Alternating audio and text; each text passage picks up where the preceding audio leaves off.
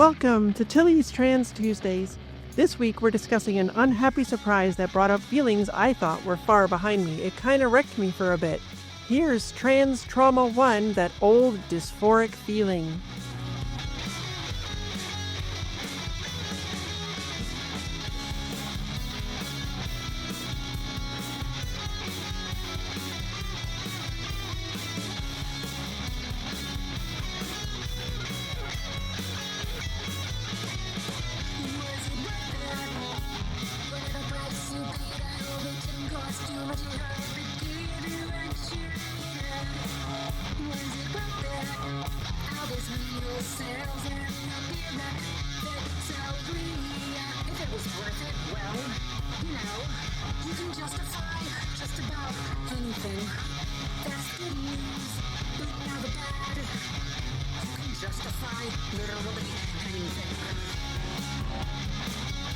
Hi, I'm Tilly Bridges, your host, and I'm joined by my writing partner, my best friend, my wife, our token cis representation, the peanut butter to my jelly, Susan Bridges. Hello. I like that one. It's accurate. It's true, because I'm sweet and you're crunchy. Okay. Our guest this week is Charlie Hutchinson, MSW, a trans, non-binary, queer, polyamorous social worker. After teaching middle and high school mathematics for over 2 decades, Charlie socially and medically transitioned and completed their master's in social work under the supervision of Dr. David Nyland, co-founder of the Gender Health Center. Charlie currently works as the counseling program manager at the GHC, where they work with LGBTQIA+ and BIPOC community members and participate in community advocacy. Their areas of focus include gender nonconformity, neurodivergence, and non-monogamy. Welcome, Charlie. It's good to be here again. Okay, so we had you on earlier in the year, back in episodes 69 and 70, where we talked about the results from the 2022 U.S. Trans Survey. And that was in May, and it's been just a little over half a year since then. So I wanted to ask if anything has changed for you in that time in terms of your transition. In terms of my transition, no. At that time, I was still a student, and now I've graduated with my MSW. Yeah, congratulations. That's huge. So my career transition has gone through severe changes. Yeah. Once you get into transition, I think especially past like the first year and a half or so, the changes, like I'm still seeing changes, but definitely not like on a 6-month basis. Usually they're slower, even more gradual now, but they're still happening. Are you still noticing some slowly over time, or has it sort of leveled out for you?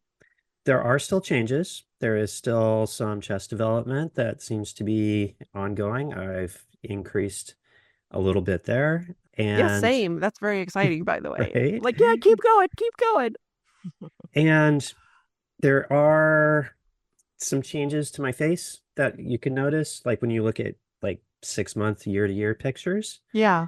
And one of the more interesting things is I was going back and reviewing earlier pictures in my timeline, and I can notice myself in earlier pictures than I was able to before. At the time, I wasn't able to see myself in a lot of those early pictures until about a year in, when I had my surgery. Yeah. And now when I go back and look at, 6 months in, 4 months in, I can see myself in those pictures when I wasn't able to before. So I find that an interesting neurocognitive development. It is, yeah. We just talked about this in the past couple episodes about selfies and seeing ourselves in photos. And a weird thing that happened for me is that photos early on in transition, that at the time, they were really hard for me to find ones that I saw myself in, but I loved them because I thought that's the most me I've ever seen. And now I look back at them and they make me kind of dysphoric because they look so much less like I do now, if that makes any sense. Whereas like pre-transition photos of me don't give me dysphoria at all anymore. It's very strange. It's about 4 months in. Earlier than 4 months in, I look at those pictures and it does cause some dysphoria. Yeah. Like, wow, I can see where I'm coming into the picture. Yeah. When I go back and look at pictures of me from before, even when I started HRT, I walked into Planned Parenthood with a full denial beard and shaved head. And with my deep voice was just, give me some estrogen. And when I look at that picture that day I started, I remember thinking, like, the problem with all of these timeline pictures is that the person in the before picture is not smiling. And so I Yeah. tried my best to smile. And when I look at that picture, it brings me such sadness because that person is not smiling. That Yeah. person is Yeah. in so much pain. Yeah. And I don't associate with that person really anymore. Yeah, same, same. It's hard because, like, even back then, you would try to smile, and you can tell looking at them that they're not genuine, that we're not feeling it, compared to now, where I can put a half a smile and it looks so much better than the biggest smile I could have ever given before. And it's absolutely wild. Do you notice that, Susan, in pictures? Like, can you tell pictures of me since you've been seeing them for so long? Well, I think you're more likely to do like a goofy Well, I always did goofy stuff because I hated the way I looked. And, yeah, versus genuine. right. There's so few selfies of me where I'm not making some goofy tongue out of the face Same. picture at the Yeah. camera. Same. Yeah, yeah. Because it distorted your face and it somehow made the dysphoria less because it didn't. Yeah. Yeah. Okay.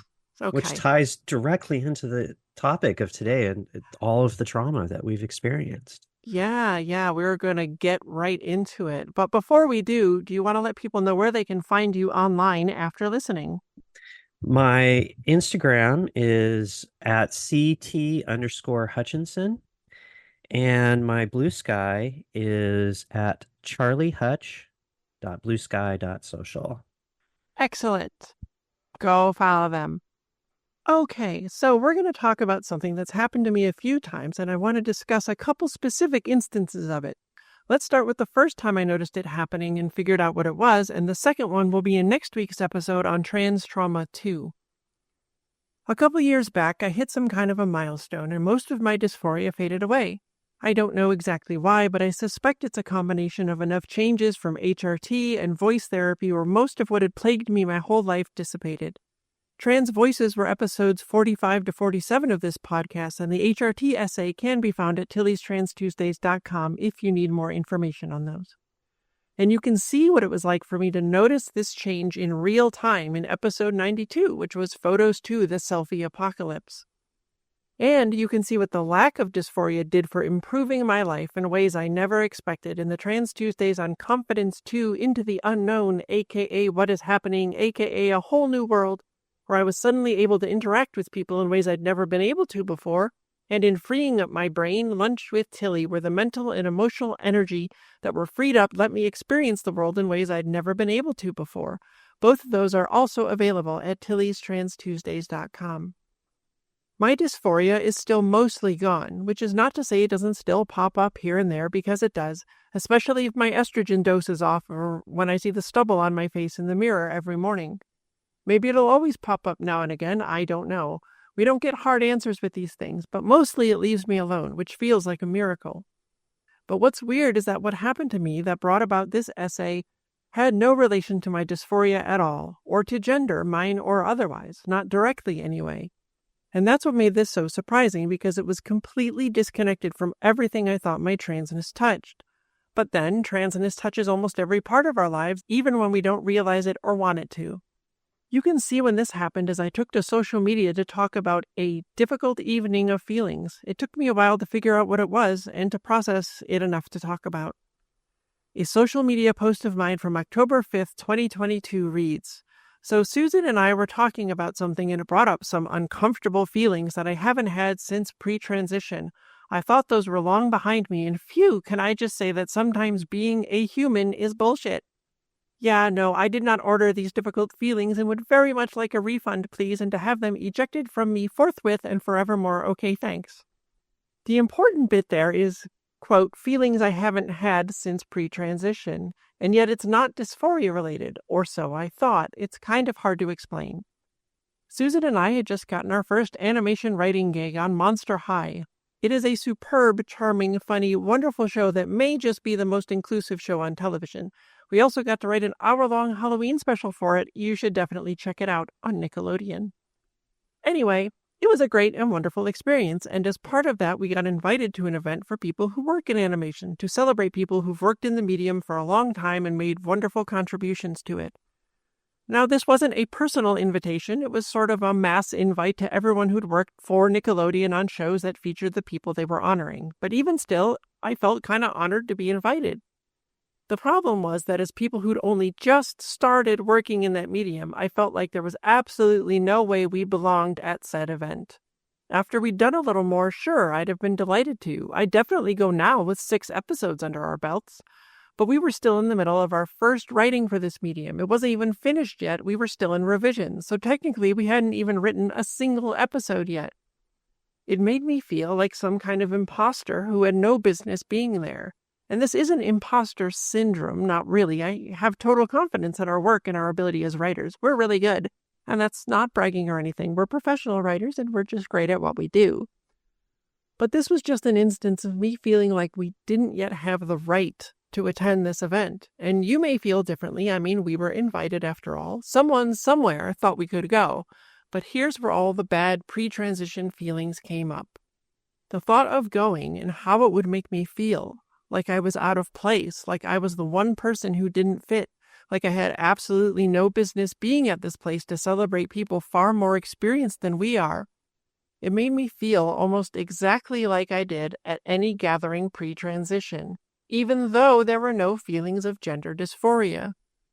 Because rightly or wrongly, I felt like I did not belong, like I would be putting on a performance of someone who belonged there, like I would be wearing a costume of someone I'm not, playing a part I didn't know how to play. And that was so startlingly, shockingly similar to how gender dysphoria made me feel always and forever with no escape, even though the root of the feelings was in an entirely different place. Have you ever experienced something like this, Charlie, where something that seemingly had nothing to do with being trans suddenly brought all those old bad pre-transition feelings to the surface? Oh, absolutely.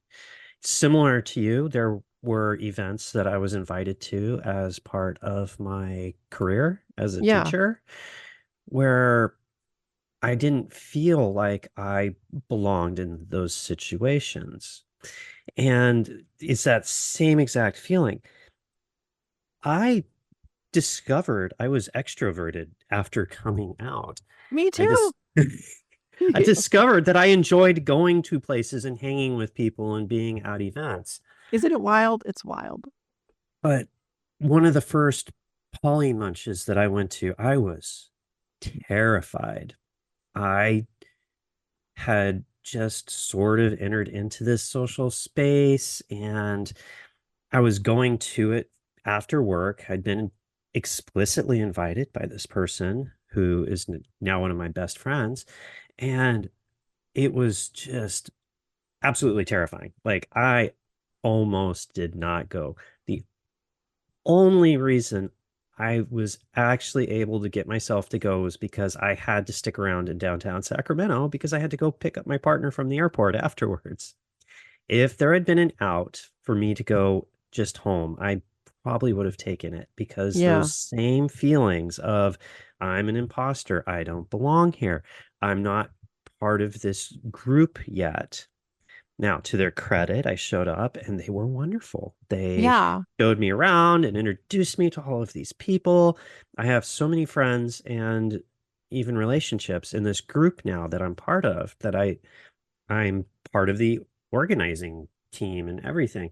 So now it I don't get those feelings when I go to these events, but that instance, it really brought out those same exact emotions of I'm just not the person to be at this event. Yeah. And it really did. It felt exactly the same because I would go to events pre-transition, like social gatherings of people I worked with, and I would Yeah. just hide in the corner Same. and kind of Yeah. pull into myself. It was super difficult. I earned this reputation of being the person that never went to social events at my old workplace. Like, people would just stop inviting me, or they'd send me an Yeah. invitation and say, I know you're not going, but you're invited anyway.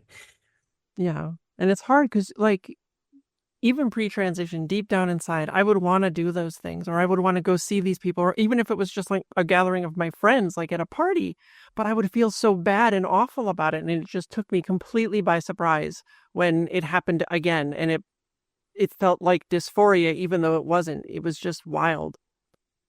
I was not prepared for it at all. My dysphoria has lessened so much, and I felt so much like the real me for so long that I honestly thought, barring my dysphoria getting worse somehow, I'd never have to deal with those kinds of feelings ever again. And yet, there they were. And they had nothing at all to do with my gender or perceived gender or being trans, but they had everything to do with my own sense of identity and never, ever, ever again wanting to pretend to be something or someone I'm not. Pretending to be someone I'm not is what I did for my entire life pre-transition and will not and cannot go back to that. Even just writing about it for this made my chest tighten and my pulse race, and I got anxious and scared like I was about to drown. And if you're not familiar with that metaphor, my very first Trans Tuesday was on gender dysphoria, in which I tried to describe what my own gender dysphoria was like, and drowning is a big part of it. I brought that essay back in episode 59 of this show if you missed it. I'm sure it also didn't help that this event was taking place on my birthday, each of which is a very weird thing for me to experience post-transition and always brings up reminders of the ones spent lost in the sea of dysphoria. See the essay on trans birthdays at tillystranstuesdays.com. Do you celebrate your birthday now? I'm I still do. struggling with that one. Yeah, this year was the first time I actually had a little get-together with friends and invited all of my friends, and I was so happy to see everyone who could make it. And it was a delight, and that was the first time in my life that I ever did that or felt that way. But it took until my fourth birthday into transition, into my social and medical transition, where I felt this is the thing I want to celebrate, and I'm happy, and it's not as weird for me anymore.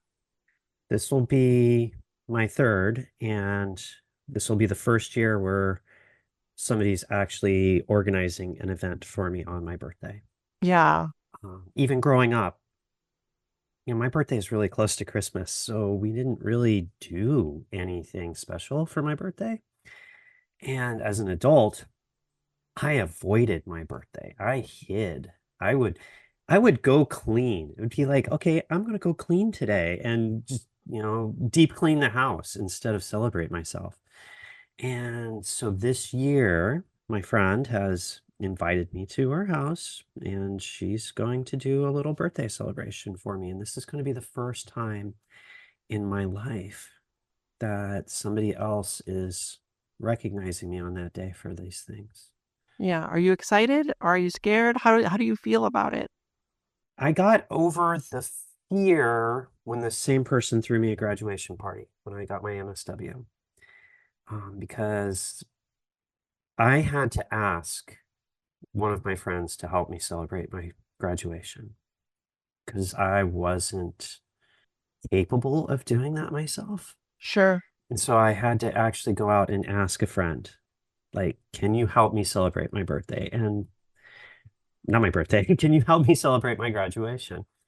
And it ended up being at this person's house where I'm going to go for my birthday. And they invited all of these people, and all these people were there just to celebrate me for this accomplishment. And that unlocked this ability in me to be able to do that. Yeah. That's beautiful. I didn't go to my own college graduation. I just didn't attend it. Yeah. Yeah. I get it. It's, I think part of it is maybe that we don't see the point in celebrating ourselves pre-transition because there's nothing about ourselves we want to celebrate, even if it's an accomplishment that we are somehow proud of, like graduation or what have you, but we still feel like I'm not worth celebrating because I hate everything about what's going on with me. So they're really tough and complicated things, but I'm glad that it seems to be moving toward the upswing for you. Yes. Well, once I realized why I was having all those old feelings when simply thinking about going to this event, I was able to get hold of them and work through it. It was still a rough night for me emotionally because the feelings came from such a complex and convoluted source. So, Charlie, I wanted to ask you about this specifically since you've got your master's in social work, and I'm not looking for a diagnosis or anything, but it seems to me that a lot of what I experienced are symptoms of post-traumatic stress disorder. And would you say that those feelings that I went through and that you've gone through are close to that, or is that ways it might present itself? Absolutely. Post-traumatic stress disorder, PTSD, is a diagnostic the DSM, the Diagnostic Statistica Manual of Mental Disorders.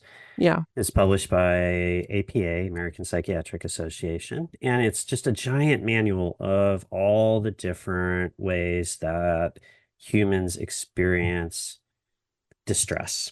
Yeah. And PTSD was originally only kind of thought of to apply to war survivors, people that had gone into combat and had come back and were literally re-experiencing those traumatic memories. Yeah. And what we've come to understand is that it's not just the intensity of war, but any traumatic experience that we have experienced in our lives, as Dr. Vanderkolk says, our body remembers the score. We internalize and have the feelings of those traumatic events, and things that trigger us, such as that feeling of being an imposter, we then re-experience that trauma. Our brains literally go back and re-experience that trauma. The emotions are the same. The trigger puts us back into that state, and our body reacts the same way that we did before.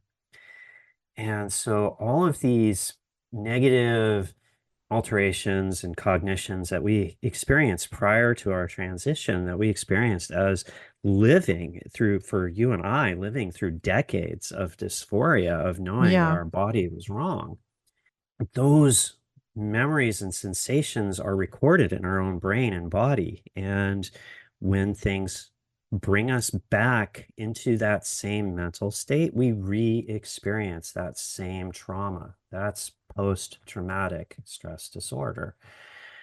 And it can happen all the way through the rest of our lives if we don't take the time to unpack those triggers and recognize what's causing it. Yeah. So that explains then, like, why just the thought of having to pretend to be someone I felt I wasn't yet would make my chest tighten and make me feel like dysphoria made me feel when I had to do that same thing. So my body was literally like, hey, I recognize this feeling that you're having emotionally, and this is what your body felt like at that time. So we're going to do that again. And it was awful. So exactly. Your body is physically reproducing the same sensations that you encountered from that trigger in the past. Yeah, that's wild. Absolutely wild. What all of that made me realize is that my transness will likely continue to touch aspects of my life that seem entirely unrelated, possibly for the rest of my life. And I mentioned before that I think I knew the reason for that, and here it is. Transphobic society. I wish I had better news for you, but it's yet again the culprit, because if I'd been raised in a society and a family and a home that accepted trans people as normal and just how some people are, I'd never have spent a lifetime pretending to be cis, trying to be cis, not knowing how to be cis, hating the thought of being a cis man, hating every single moment of not being the real me, feeling like I was eternally drowning and nobody could see me or hear my calls for help. And if I'd never had those old dysphoric feelings that having to pretend to be someone I'm not, I wouldn't have felt that way about possibly going to this event. I might have still felt like it was too early in our work in this medium for us to attend, but it wouldn't have made me feel like I was back underwater inside a false shell pretending to be some fake human being and not who I really am, buried under a crushing weight with all the air forced out of me, isolated and alone for eternity. Next week, we're going to examine the root cause of this in depth, so be sure to come back for that as we'll dig into the reason behind it all. Thanks for being here, Charlie. Well, it's great to be here. Thank you. Friends, please remember, for many trans people who transition as adults, the ramifications of a lifetime of transphobia and dysphoria is something we may never be able to entirely escape from, and that's a hard pill to swallow. Tilly Bridges, end transmission. Tilly's Trans Tuesdays is hosted by Tilly Bridges and Susan Bridges with audio editing and sound mixing by Jillian Morgan. The Google Doc and social media versions of this week's topic and all past topics are available at tillystranstuesdays.com. Special thanks to Daisy and Jane for the use of Sorry Not Sorry as our show's theme music. Please stop by and show your support at daisyandjane.bandcamp.com and soundcloud.com/daisyandjane. You can find me at Tilly Bridges on Bluesky, Twitter, and Hive, on Mastodon at Tilly Bridges at mastodon.social, at facebook.com/TillySBridges, and on Insta and Threads at Heck Yeah Tilly Bridges. And you can find Susan on most of those at Susan L. Bridges. You can find Jillian at Audio Jillian on Bluesky. You can join the Tillyverse Discord server by following the link at the very bottom of TillysTransTuesdays.com. We hold regular watch parties for the Matrix films and other trans movies where I do a live Q&A, and it's blossomed into a wonderfully supportive, compassionate, kind community of friends. We'd love to have you join us. For more information, visit pendantaudio.com. Thanks for listening.